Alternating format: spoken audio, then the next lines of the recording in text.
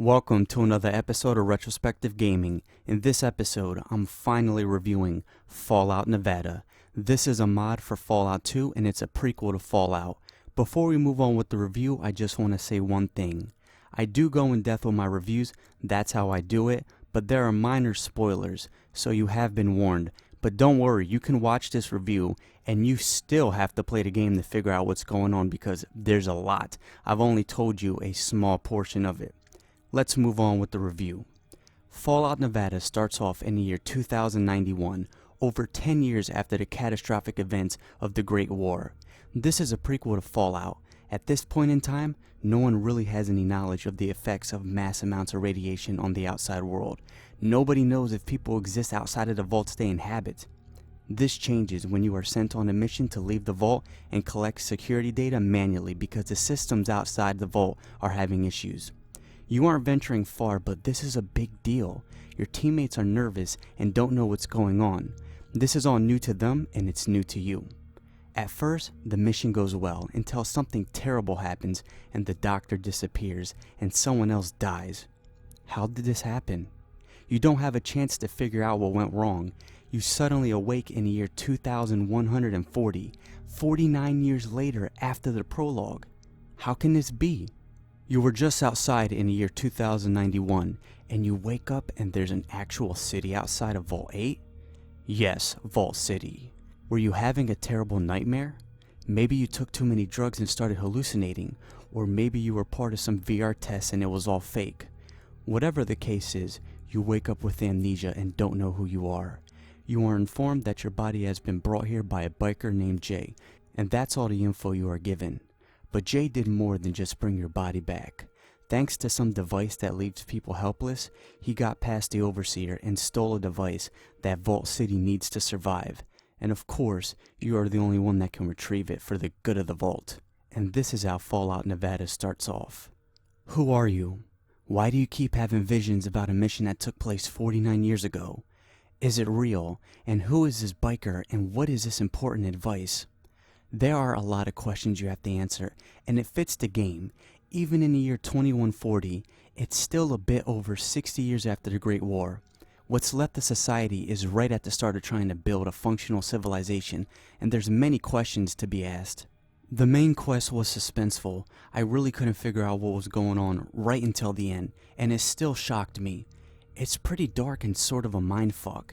It's one of those storylines where different elements are involved. You, the biker, the US government, Vault City officials, and others. And even within these groups, there's still some plot twists going on, and things changing right when you think you got the hang of the situation. It's like a mix of a cat and mouse game where you have to find the biker, but at the same time, it's not as simple as that. Then you add in a spy thriller element because you are obviously being used to get this advice for reasons other than they tell you, and at every turn, it seems like you're being chased and followed by someone or something. I imagine most people that play this mod are familiar with Vault City and how shady they can be, their underlying motives and deception to quote-unquote keep the vault safe, and it's no different in this prequel. You'll just have to figure out why. Compared to the first two Fallout games, it takes a slightly different path.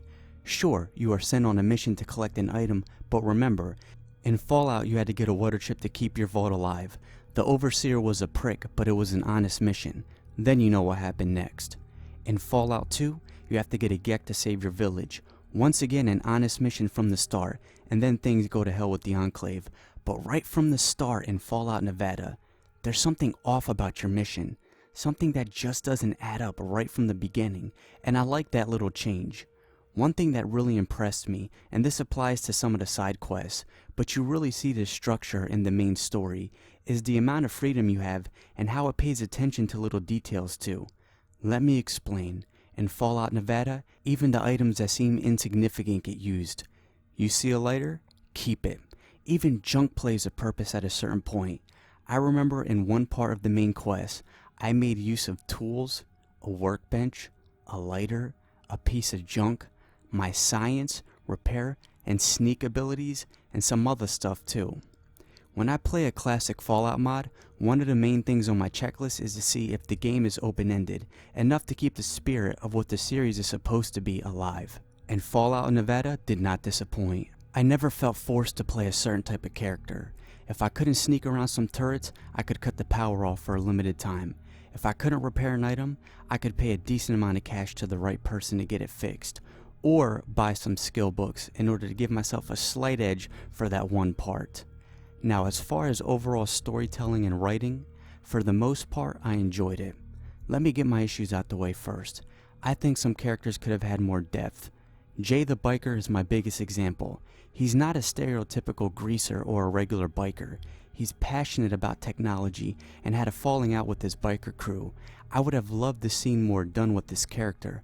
Maybe after you finally catch up to him, you go see the bikers and figure out why they aren't on speaking terms and learn more about Jay's life. Why is he obsessed with technology and what originally made him want to join his biker crew, and the story of the crew itself.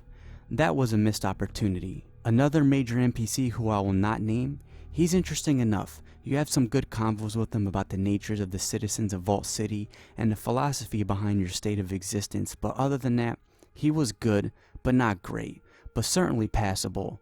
But the craziness behind the story and certain twists were more interesting than Jay and this character. It carried them, but not because they're bad characters. I just think there could have been a bit more done with them both. Other than those minor issues, I had fun figuring it all out.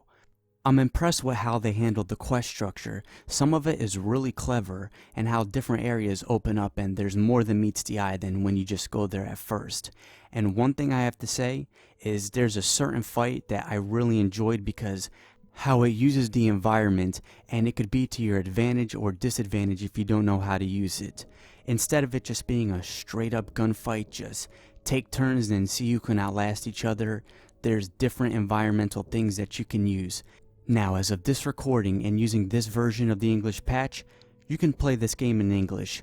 There were some parts where minor dialogue was in Russian. I think I encountered it like 3 times, and to me it wasn't anything significant. I could still understand the flow of the conversation, and there were some spelling errors, but other than that, it's a great translation. I had no problems with it, and even though it's not 100%, to me, it's still like 95-96% English, maybe even a bit more, so you can definitely play this game right now. I have to give a shout out to the people that translated this game into English. It hasn't been an easy task, and they did a great job. And a special shout out to Dionys from the No Mutants Allowed forum. He's been giving me tips and keeping me updated on the patch for over a year. Thank you.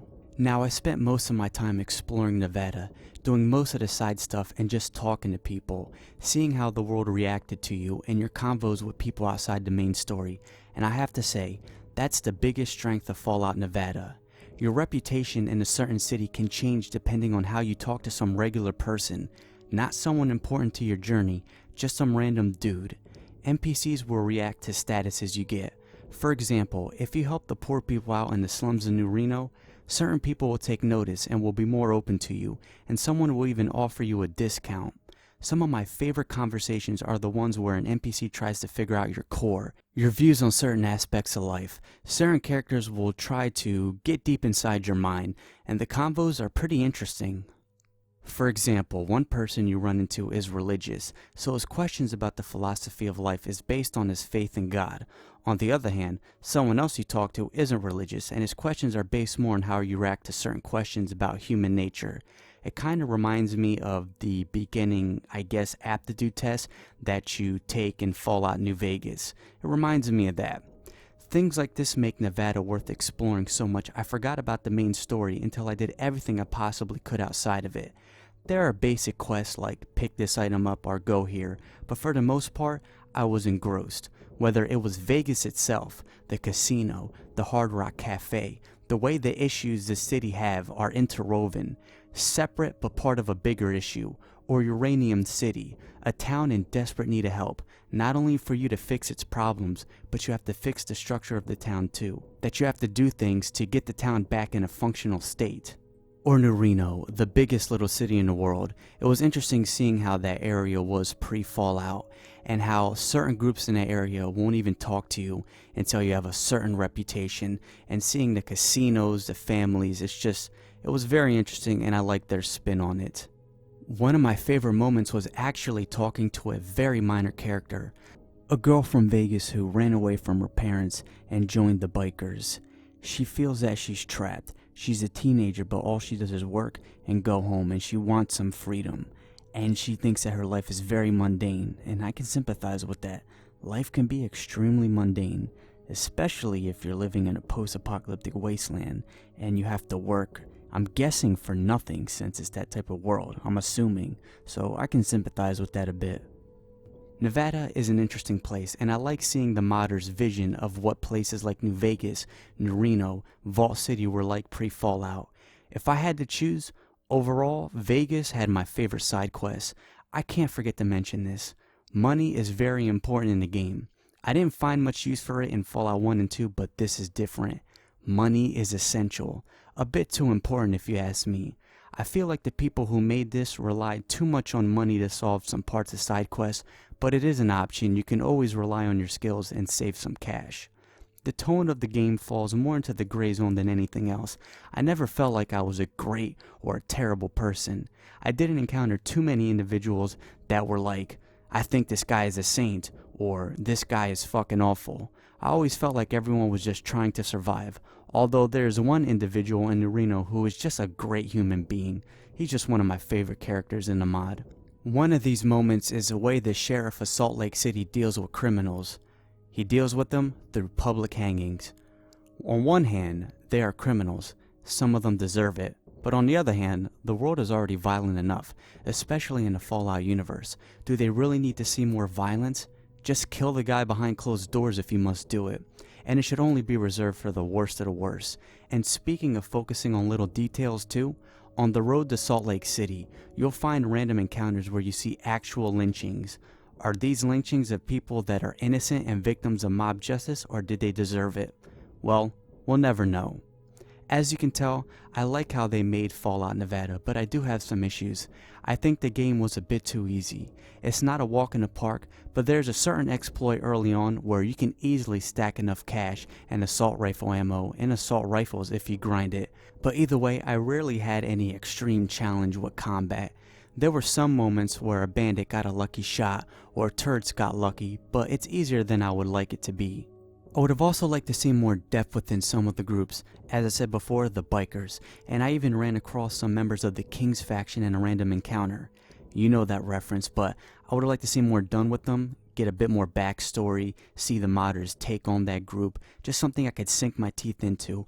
And I wanted to see more minor factions. It doesn't have to be a million factions vying for power or something really major, but just a bit more, that's all. But other than those minor issues, I really like the gameplay of Fallout Nevada. I thought the dialogue options were good. There's just a lot to get into, and you really have to spend your time in this game.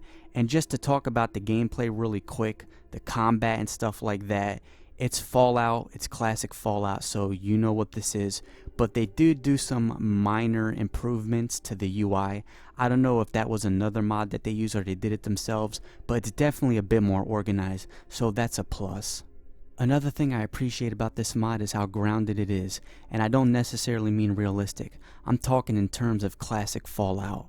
It's not way over the top. It does have its humorous moments, that goofy, sometimes childish humor, but it's pretty dark too, and this is a prequel. They could have easily added ridiculous stuff and taken huge liberties with the lore, but they didn't.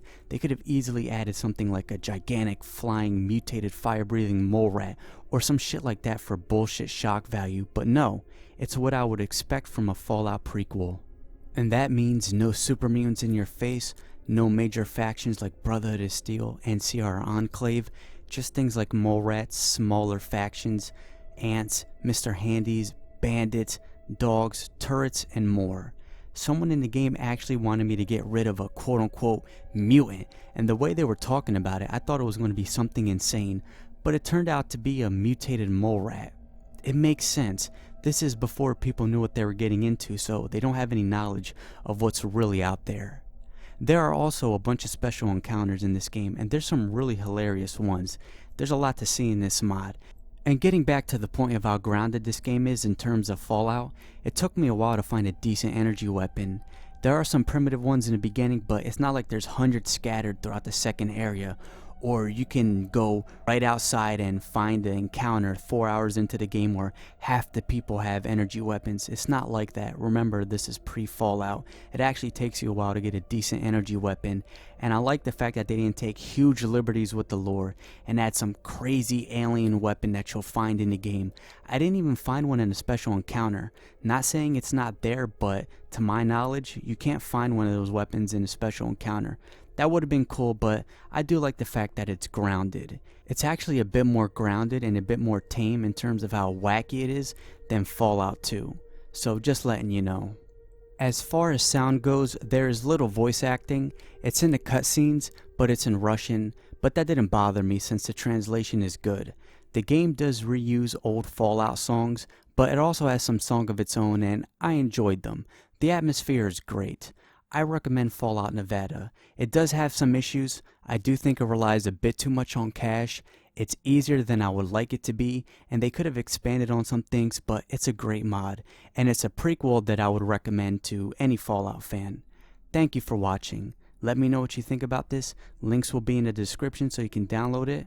And yeah, as always, have a great day.